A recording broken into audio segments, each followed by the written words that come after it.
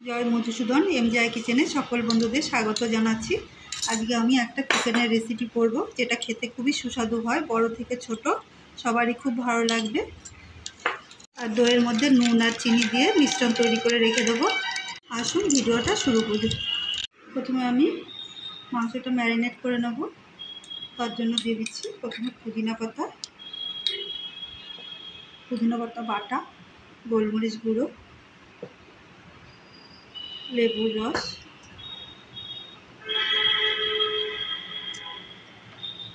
দিয়ে দিচ্ছি নুন,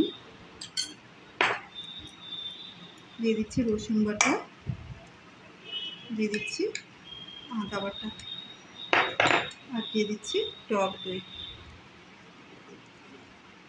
এগুলো দিয়ে আমি ভালো করে মাংসটা ম্যারিনেট করে রেখে দেবো।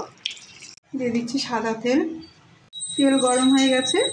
এরপর আমি দিয়ে দিচ্ছি জিরে ফোড়ন, তেজপাতা, শুকনো লঙ্কা আর 4-5টা গোলমরিচ। এগুলো সামান্য একটু নেড়ে চেড়ে নেব।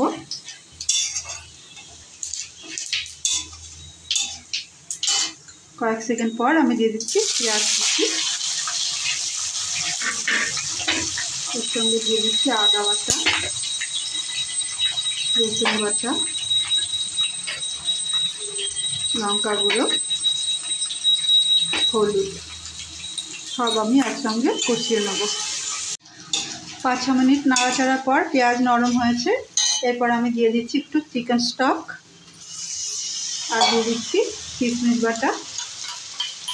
এটা আমি পেঁয়াজের সাথে মিশিয়ে নেব। 2 থেকে 3 মিনিট কিশমিশ দিয়ে নাড়াচাড়া করার পর এবার আমি দিয়ে দিচ্ছি ম্যারিনেট করা চিকেন। মশলাটা ভালো করে চিকেনের সাথে মিশিয়ে নেব। মশলা মিশিয়ে নেওয়ার পর চাপা দিয়ে আমি লো ফ্লেমে কিছুক্ষণ কুক হতে দেবো। চাপা দিয়ে কুক করার পর একটু তেল ছেড়ে দিয়েছে। এবার আমি দিয়ে দেবো নুন আর চিনি দিয়ে ফেটানো টক দই। এটাও আমি ভালো করে চিকেনের সাথে মিশিয়ে নেব আর কিছুক্ষণ কুক করব। মিশে গিয়ে ভালো করে তেল ছেড়ে দিয়েছে।